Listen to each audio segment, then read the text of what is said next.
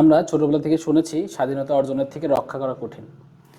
সত্যি কথা বলতে গেলে আমি আয়ুর্বেদিক কলেজে যখন স্টাডি শুরু করেছি তারপর থেকে আমাদের কাছে কিছু ভাইরা সে তার দাম্পত্য জীবন নিয়ে এত বেশি নাজুক অবস্থাতে আছেন, তারা সমাধান চান স্থায়ী, কিন্তু ধৈর্য নাই। যদি আপনি ধৈর্য নাই ধরতে পারেন তাহলে এটার সমাধান কখনোই হবে না।